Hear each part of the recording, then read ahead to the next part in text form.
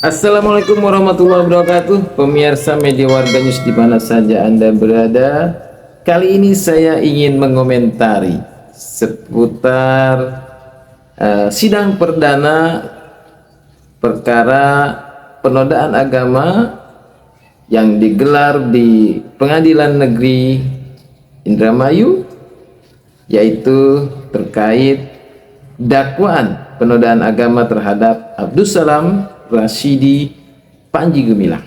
Ya, ada yang lucu di sini ya, ada yang lucu karena kita Indonesia ini adalah negara yang konon katanya merupakan negara Pancasila yang mempunyai sumber hukum adalah Undang-Undang Dasar 1945. Itu adalah dasar hukum kita ya. Dasar negara kita adalah Pancasila.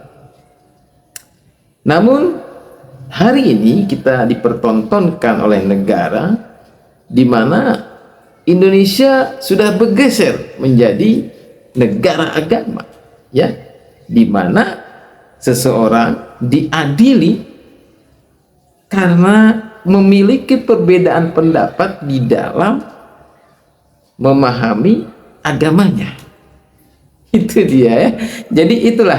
Jadi Indonesia sekarang sudah menjadi negara agama ya. Ini ambang kehancuran ya. Karena persoalan yang dituduhkan kepada Abdussalam Panji Gumilang ini jelas adalah merupakan perbedaan di dalam memahami Al-Qur'an. Ya kan? Perbedaan di dalam memahami agama seperti itu ya, atau perbedaan di dalam mengagungkan, memuliakan, memajukan Islam. Perbedaan cara aja, cara pandang sebetulnya ya. Sedangkan dakwaan jaksa penuntut umum itu isinya adalah mendakwa bahwa Abdussalam Panji Gumilang adalah melakukan berita bohong dengan pasal 14 ya, pasal 15 ayat 2 ya Undang-Undang Republik Indonesia, dengan sengaja menyebarkan berita bohong. Intinya Abdussalam Panji Gumilang didakwa telah melakukan, telah menyebarkan berita bohong, telah berbohong lah, intinya seperti itu ya. Di mana berbohongnya? Yaitu tadi ya, dengan yang pertama dengan mengatakan bahwa menggalang uang dengan celengan itu bukan merupakan suatu peradaban ya. Dipatikan sana menggalang dana itu tidak dengan celengan,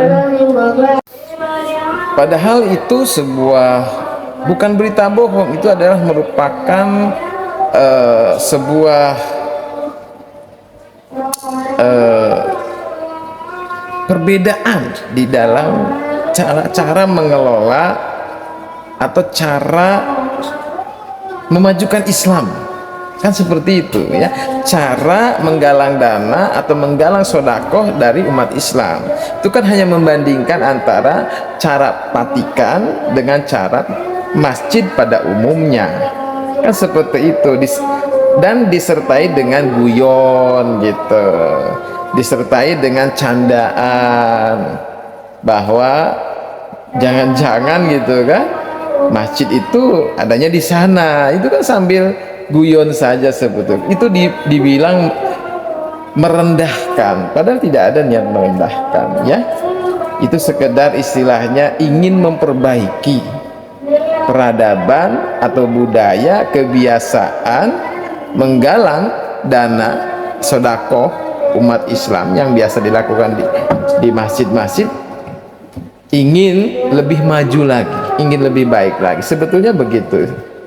Tapi bisa saja orang mengasumsikan bahwa itu adalah ungkapan merendahkan masjid, bisa saja, tetapi itu asumsi sebetulnya.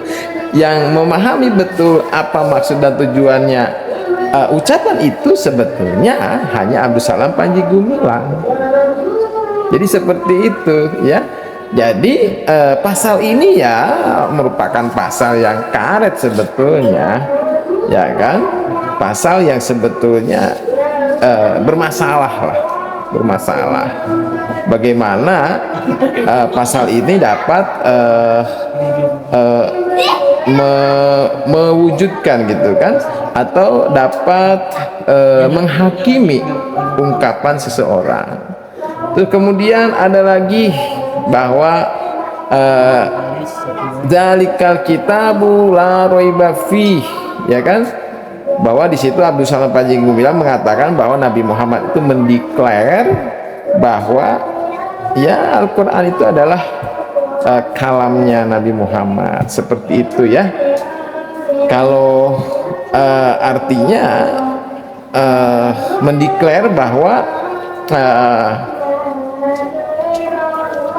Allah itu bahasanya bukan bahasa Arab, ya kan? Kalau bahasa Arab katanya ya orang Indramayu nggak ngerti, itu sambil tertawa itu bahasanya, saya itu ngomong seperti itu ya. Tetapi ini dianggap juga sebagai berita bohong juga. Ini asumsi lagi sebetulnya, asumsi lagi sebetulnya ya. Jadi dakwaan jaksa ini adalah berbasis pada asumsi. Kemudian yang mengatakan lagi bahwa qala Rasul, ya, Al-Quran itu adalah ucapan atau kalam Nabi Muhammad, ya kan? Ini juga dianggap sebagai berita bohong, merendahkan Al-Quran. Padahal kita bisa lihat nanti di videonya ya, sebetulnya di kalangan ahlu sunnah wal jamaah itu sendiri terdapat perbedaan pendapat terkait bahwa Al-Quran itu kalam Allah ataukah kalam Rasul. Ini nanti dalam video nanti dijelaskan. Ini di kalangan ahlu sunnah wal jamaah sendiri loh. Makanya tadi saya katakan bahwa Indonesia jangan dijadikan negara agama. Jangan seseorang dihakimi, diadili karena dia memiliki perbedaan pandangan di dalam beragama. Kan seperti itu ya. Padahal di dalam Islam sendiri itu ada 4 mazhab. Ada mazhabnya Imam Syafi'i, ada mazhabnya Imam Hanafi, Hambali, dan Maliki. Itu kan beda semua dan tidak bisa disatukan. Maka dari keempat mazhab itu harus saling memberikan toleransi, harus saling toleransi dari keempat mazhab itu. Ya sama ketika Abdul Salam Panji Gumilang memiliki perbedaan yang berbeda, sebetulnya harus diberikan toleransi gitu. Selama Abdul Salam Panji Gumilang tidak merasa paling benar dan mengkafirkan orang lain yang berbeda dengannya. Itu sebetulnya kuncinya. Dan tidak pernah sebenarnya Abdul Salam Panji Gumilang itu mengkafir-kafirkan orang lain atau membid'ah-bid'ahkan orang lain, ya, tidak pernah. Jadi Abdul Salam Panji Gumilang tidak pernah merasa paling benar sehingga menyalahkan orang lain yang berbeda dengannya. Itu ya yang ingin kami sampaikan, bahwa sangat disayangkan Indonesia dengan diadilinya Abdul Salam Panji Gumilang ya, karena memiliki pandangan berbeda di dalam beragama. Ini sangat disayangkan ya, akan menyeret Indonesia menjadi sebuah negara agama yang mana Undang-Undang Dasar 45 yang menjamin kebebasan dalam melaksanakan ibadah, dalam melaksanakan agama sesuai keyakinannya, tidak lagi dijadikan sebagai sumber hukum. Harusnya ini sumber hukum yang paling tinggi karena dia adalah merupakan undang-undang dasar. Ya, seharusnya seharusnya KUHP juga di bawah. Ya, seharusnya pasal-pasal yang mendakwa, yang menjerat Abdul Salam Panji Gumilang ini gugur oleh Undang-Undang Dasar 1945 pasal 29 yang menjamin setiap warga negara Indonesia untuk menjalankan agamanya, ya, menjalankan ibadah sesuai dengan keyakinannya. Jadi kalau Abdul Salam Panji Gumilang memiliki keyakinan seperti itu, ya harus dihormati. Negara harus menghormati itu. Begitu juga dengan umat Islam yang lainnya. Seharusnya itu yang terjadi, karena itu yang dijamin oleh Undang-Undang Dasar 1945. Apalagi ternyata apa yang pendapatnya Abdul Salam Panji Gumilang itu ternyata itu sebetulnya sesuatu yang tidak tunggal. Artinya ada juga orang yang memahami dengan pemahaman yang sama gitu ya. Mudah-mudahan dalam hal ini pengacara Abdul Salam Panji Gumilang mampu membela kliennya dengan fakta-fakta yang ada ya. Berikut akan saya tampilkan video yang menyatakan bahwa apa yang dilakukan oleh Abdul Salam Panji Gumilang itu sebenarnya adalah merupakan perdebatan yang selama ini terjadi di kalangan ahlus sunnah sejak zaman lampau. Jadi bukan sesuatu yang baru ya. Maka aneh kalau itu dikatakan penodaan agama ya. Zaman dulu memang tidak ada pasal penodaan agama. Jadi ini menjadi rame, ini menjadi dibawa kepada ranah pidana karena adanya pasal 156A. Maka disitulah bermasalah, pasal 156A ini bermasalah ya kan.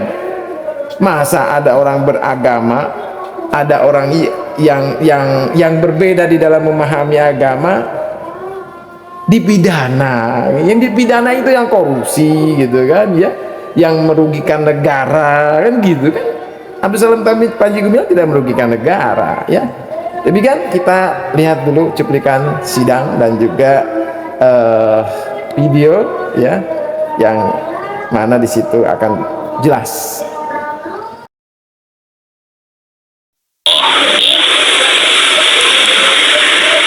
Tahu bahasa Panji Gumilangnya ya. Qala Rasulullah sallallahu alaihi wasallam fil Qur'anil Karim. Saya akan membaca sumber ya. Saya ambilkan salah satu sumber, yaitu Al-Burhan fi Ulumil Quran. Ini nama kitabnya ya, Al-Burhan fi Ulumil Quran, karya Badruddin Az-Zarkashi ya.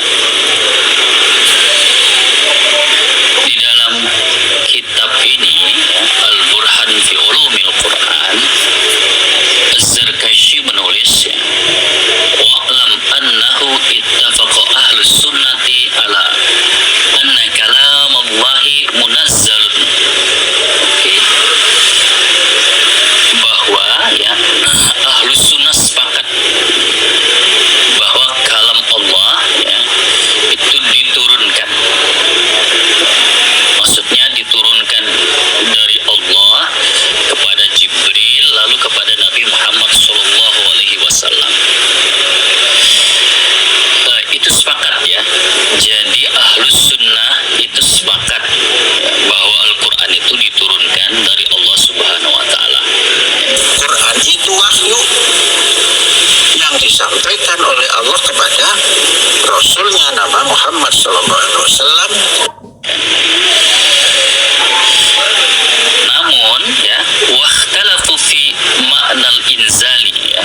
Tapi ya, ahlus sunnah berbeda pendapat tentang makna inzal. Jadi maksudnya itu bagaimana proses turunnya Al-Quran dari Allah kepada Jibril lalu kepada Nabi Muhammad SAW.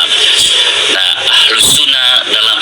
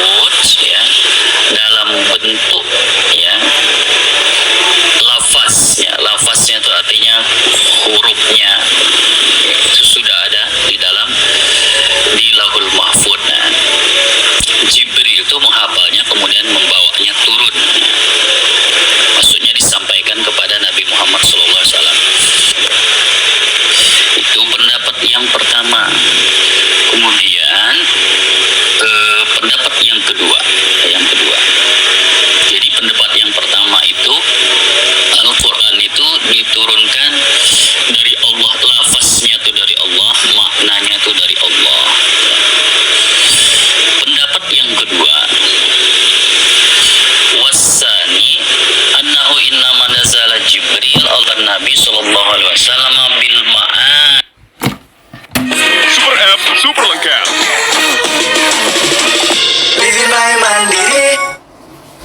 War diskon spesial di Tokopedia. Serbu ribuan produk di tanggal kembar dan 25. Kalam Allah itu adalah Rasulullah sallallahu alaihi wasallam.